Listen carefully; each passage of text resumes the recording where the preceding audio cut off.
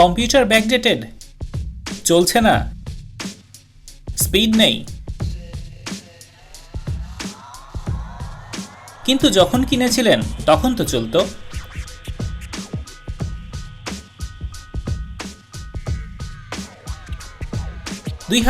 সালে যখন G41 মাদারবোর্ডের সাথে ডুয়াল কোর প্রসেসর দিয়ে পিসি বিল্ড করলাম, তখন 8GB র্যাম মানে ছিল স্বপ্ন। বিশাল স্পিড, আমাদের কাছে প্রায় সুপার কম্পিউটার। বন্ধু যারা কোর টু কোয়াড এবং 8GB DDR3 র্যাম দিয়ে পিসি বিল্ড করেছে, তারা ছিল আল্ট্রা মডার্ন, বড় লোকস। কিন্তু সেই স্বপ্নের কোর টু কোয়াড আর 8GB র্যাম দিয়ে বিল্ড করা পিসি এখন কেন ব্যাকডেটেড? সেই তো মুভি দেখছেন, গান শুনছেন, মাইক্রোসফট অফিসে ব্যবহার করছেন। আপনার ব্যাকডেটেড কম্পিউটার আসলেই কি ব্যাকডেটেড, নাকি আপনি প্রপার ইউটিলাইজ করতে পারছেন না? মিউ স্টুডিওর এই টিউটোরিয়ালে আমরা এই বিষয় নিয়েই আলোচনা করব। হ্যালো ভিউয়ার্স, আসসালামু আলাইকুম। আপনাদের সকলকে স্বাগত জানাচ্ছি মিউ স্টুডিওর বর্ণিল পৃথিবীতে। সময়ের সাথে পাল্লা দিয়ে এগিয়ে চলেছে প্রযুক্তিগত নানা উদ্ভাবন। এরই ধারাবাহিকতায় আমরা দেখতে পাচ্ছি পাওয়ারফুল সব কম্পিউটার। 10 বছর আগেও যে 8GB র্যাম আমরা কল্পনাও করতে পারতাম না, অথচ সময়ের ফেরে এখন তা মিনিমাম রিকোয়ারমেন্ট হয়ে দাঁড়িয়েছে। প্রতি বছর টেক জায়ান্ট কোম্পানিগুলো তাদের সেরা প্রযুক্তি পণ্য দিয়ে তাক লাগিয়ে দিচ্ছে বিশ্বকে। ইন্টেল ও এএমডি প্রতি বছর হাজির হচ্ছে তাদের আরও পাওয়ারফুল প্রসেসর নিয়ে। সেই কাতারে এবার নাম লিখিয়েছে অ্যাপল। তবে আমাদের আজকের আলোচনার বিষয়, প্রতি বছর যেহেতু নতুন নতুন কম্পিউটার কেনা সম্ভব নয়, তবে ব্যাকডেটেড এই পিসিগুলো কি আসলেই আমাদের কাজে আসবে, বা ব্যাকডেটেড এই পিসিগুলো আসলেই কতটা ব্যাকডেটেড? সো ভিউয়ার্স, চলুন শুরু করি আমাদের জ্ঞান অর্জন। কিন্তু তার আগে আপনি আমাদের চ্যানেলে নতুন হয়ে থাকলে চ্যানেলটি সাবস্ক্রাইব করুন, আর নতুন ভিডিওর নোটিফিকেশন সবার আগে পেতে পাশে থাকা বেল বাটনটিতে ক্লিক করে দিন। অলরেডি সাবস্ক্রাইব করে থাকলে থ্যাংক ইউ সো মাচ। শুরুতেই জানিয়ে রাখি একটি বিষয়, বর্তমান সময়ের পিসিগুলো নিঃসন্দেহে পাওয়ারফুল। বাজেট থাকলে কেনার ক্ষেত্রে সেগুলোই প্রায়োরিটি পাবে। এই আলোচনা তাদের জন্যই যারা এখনও ব্যাকডেটেড পিসি ব্যবহার করছেন, বা নতুন পিসি তখনই কিনুন যখন আপনার বর্তমান পিসি আপনার টাস্কগুলো স্বাভাবিকভাবে আর হ্যান্ডেল করতে পারবে না। প্রশ্ন ছিল, ব্যাকডেটেড এই পিসিগুলো আমাদের কাজে আসবে কিনা? উত্তর হচ্ছে হ্যাঁ, আসবে। আমাদের মনে এ ধরনের প্রশ্ন উদয় হবার কারণ হলো বিজ্ঞাপন। কোম্পানিগুলো এভাবেই আমাদের মোটিভেট করে, আর আমরাও সেভাবে বুঝে ট্রেন্ড অনুযায়ী বলি, ফার্স্ট জেনারেশনের পিসি এটা তো আর এখন চলে না। কিন্তু কোয়াড কোরের এই যে পিসি, তা কিন্তু এখনও আপনার সেই কল্পনাতীত স্পিডেই আছে, কমে যায়নি, বরং বেড়েছে আপনার কল্পনার পরিধি। কি বিশ্বাস হচ্ছে না? আপনার ব্যাকডেটেড পিসির বিজ্ঞাপনটি এখন দেখুন, দেখুন কিভাবে তার ফিচারগুলো হাইলাইট করছে।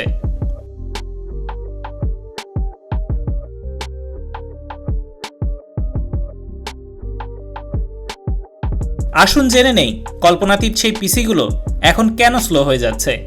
শুরুতেই বলেছি, আপনার পিসির স্পিড যেমন ছিল তেমনই আছে, শুধু বেড়েছে আপনার কল্পনার পরিধি। মানে প্রযুক্তির উন্নতির সাথে সাথে আমরা পেয়েছি পাওয়ারফুল সব কম্পোনেন্ট, আর ব্যবহৃত সফটওয়্যারগুলোও এর উপর ভিত্তি করে পাওয়ারফুল হয়েছে। ফলে আপনার বর্তমান পিসির প্রসেসর সেটা হ্যান্ডেল করতে পারছে না। কিন্তু যখন পিসি কিনেছিলেন, সেই বছরে রিলিজ হওয়া সফটওয়্যারের ভার্সন ব্যবহার করলে পিসি থাকতো সেই পাওয়ারফুল ফর্মেই। আসুন এবার কিছু বেসিক কিন্তু খুব গুরুত্বপূর্ণ বিষয় জেনে নেই। মোবাইল এবং এর অপারেটিং সিস্টেম নিয়ে যাদের আগ্রহ আছে, অপটিমাইজেশন শব্দটা তাদের খুব পরিচিত। মূলত যেখানে কাজ ধাপে ধাপে সম্পন্ন হয়, সেখানে অপটিমাইজেশন খুব গুরুত্বপূর্ণ ভূমিকা পালন করে। অপটিমাইজেশন বলতে বোঝায় প্রতিটা ইউনিটকে পারফরম্যান্সের দিক থেকে এমন একটা পর্যায়ে নিয়ে আসা, যাতে একটি ইউনিটের কারণে অন্য ইউনিটগুলোকে অলস বসে থাকতে না হয়, মানে যেন সিস্টেমে বটলনেক না হয়। এখন প্রশ্ন হচ্ছে, এর সাথে কম্পিউটারের কি সম্পর্ক? কম্পিউটারের কাজগুলো কয়েকটি ধাপে সম্পন্ন হয়। কোনো কাজের ইনস্ট্রাকশন দিলে যেটা প্রথমে স্টোরেজ থেকে র্যামে যায়, এরপর র্যাম থেকে প্রসেসরে প্রসেস হয়ে আবার তা র্যামে ফিরে আসে, এরপর আউটপুট ডিভাইসে প্রদর্শিত হয়, বা সেভ কমান্ড দিলে তা স্টোরেজে সেভ হয়। আর পুরো বিষয়টা নিয়ন্ত্রণ করে কন্ট্রোল ইউনিট। আবার কমান্ড দিলে আবার তা স্টোরেজ থেকে র্যামে যায়, এরপর র্যাম থেকে প্রসেসরে, প্রসেস হয়ে আবার তা র্যামে ফিরে আসে, এরপর আউটপুট ডিভাইসে প্রদর্শিত হয় বা সেভ কমান্ড দিলে তা স্টোরেজে সেভ হয়। তার মানে পুরো বিষয়টা লুপের মতো কাজ করে। এখন এই ধাপগুলোর মধ্যে কোনো একটি যদি স্লো হয়ে যায় তবে বাকি ইউনিটগুলো কাজ শুরু করতে পারে না। মানে প্রসেসরে ডেটা যদি র্যাম সময় মতো পৌঁছে দিতে না পারে তবে প্রসেসর যত পাওয়ারফুলই হোক তা ঠিক মতো পারফর্ম করতে পারে না। তাই ভালো পারফরমেন্স পেতে পুরো সিস্টেমের অপটিমাইজেশনটা খুবই জরুরি। মোবাইলের ক্ষেত্রে অপটিমাইজেশনের বিষয়টা ম্যানুফ্যাকচারিং কোম্পানি মেনটেন করে, আমাদের কিছু করার থাকে না। অন্যভাবে বলা যায় এই বিষয়ে আমাদের চিন্তা করার প্রয়োজন নেই। ল্যাপটপের ক্ষেত্রেও তাই। তবে কিছু মাইনর আপগ্রেশন করে ল্যাপটপের পারফরমেন্স বাড়ানো যায়, কিন্তু সবচেয়ে বেশি যেটার ক্ষেত্রে লক্ষ্য রাখতে হয় তার নাম ডেস্কটপ। কারণ সবচেয়ে বেশি এবং ইচ্ছা অনুযায়ী কাস্টমাইজেশনের সুযোগ থাকে ডেস্কটপে। এই অপটিমাইজেশনের কারণেই কিন্তু ম্যাকবুক এত ভালো পারফর্ম করে, কারণ এখানে হার্ডওয়্যার আর সফটওয়্যারের ক্ষেত্রে ইউজারের কাস্টমাইজেশনের সুযোগ থাকে না। বেস্ট কম্পোনেন্ট আর তার সাথে অপটিমাইজড অপারেটিং সিস্টেম দিয়েই পিসিটা বিল্ড করা থাকে। তাই ডুয়াল কোরের ম্যাকবুকও কোনো প্রকার ল্যাগ ছাড়াই প্রায় সব কিছু স্মুথলি রান করে। এবার আসি আমাদের ব্যবহৃত কম্পিউটার বা ক্লোন কম্পিউটারগুলোতে কি কি সমস্যা হয় যার কারণে পিসিগুলো স্লো হয়ে যায়।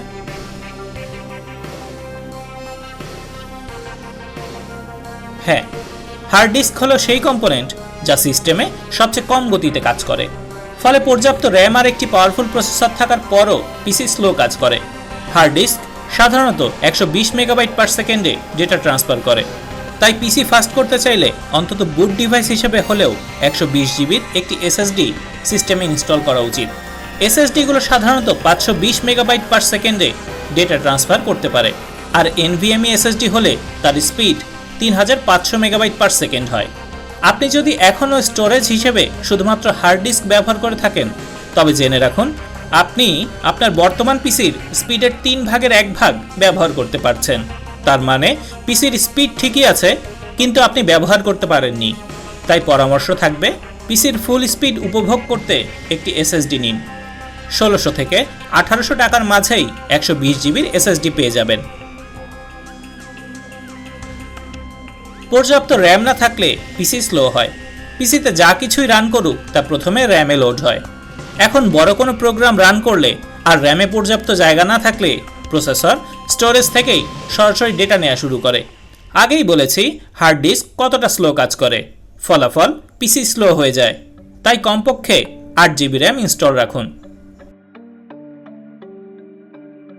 টুকটাক গ্রাফিক্স ডিজাইনিং বা গেমিং যারা করেন তাদের জন্য একটি ডেডিকেটেড গ্রাফিক্স কার্ড খুবই প্রয়োজনীয় কম্পোনেন্ট। এএমডির যে প্রসেসরগুলোতে ইন্টিগ্রেটেড গ্রাফিক্স নেই সেগুলো কিনলে বাধ্য হয়ে ইউজারকে ডেডিকেটেড গ্রাফিক্স কার্ড কিনতে হতো। গেমিং আর গ্রাফিক্স ডিজাইনিংয়ে স্বভাবতই সেগুলো ভালো পারফর্ম করে।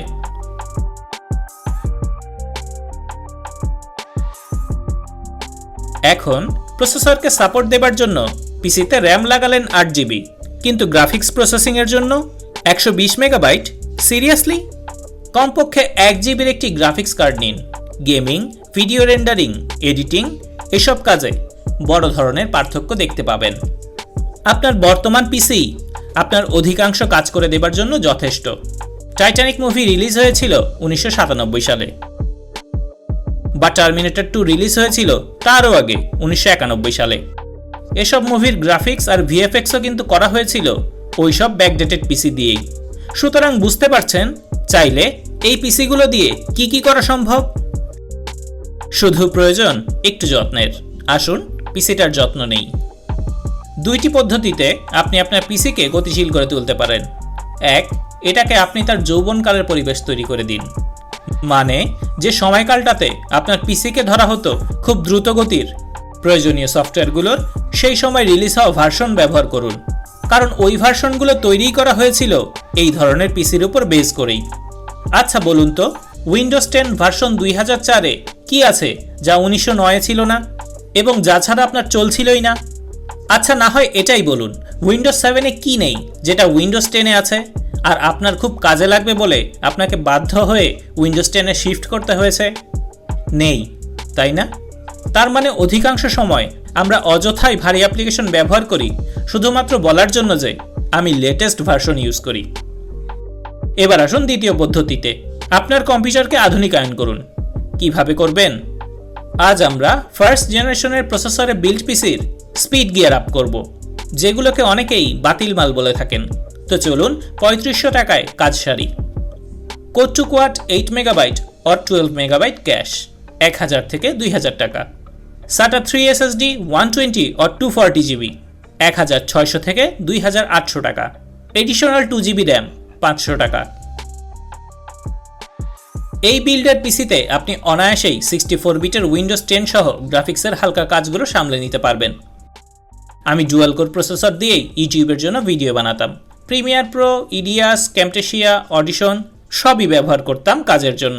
সো বুঝতেই পারছেন এই বিল্ড তো তার চেয়েও ভালো পারফর্ম করবে। আর যদি দুটো পদ্ধতি কম্বাইন্ডলি মেনে চলেন তবে ভাবুন তো আপনার পিসি কতটা ভালো পারফর্ম করবে। সো প্রযুক্তিপ্রিয় বন্ধুরা, এভাবেই বাড়িয়ে নিতে পারেন আপনার কম্পিউটার স্পিড। আপনি এর আগে পিসির পারফরম্যান্স বাড়াতে কোন ট্রিক অ্যাপ্লাই করতেন সেটা কমেন্ট করে আমাদের জানাতে পারেন। নতুন কিছু জেনে থাকলে সেটাও জানাতে পারেন। আজ এ পর্যন্তই।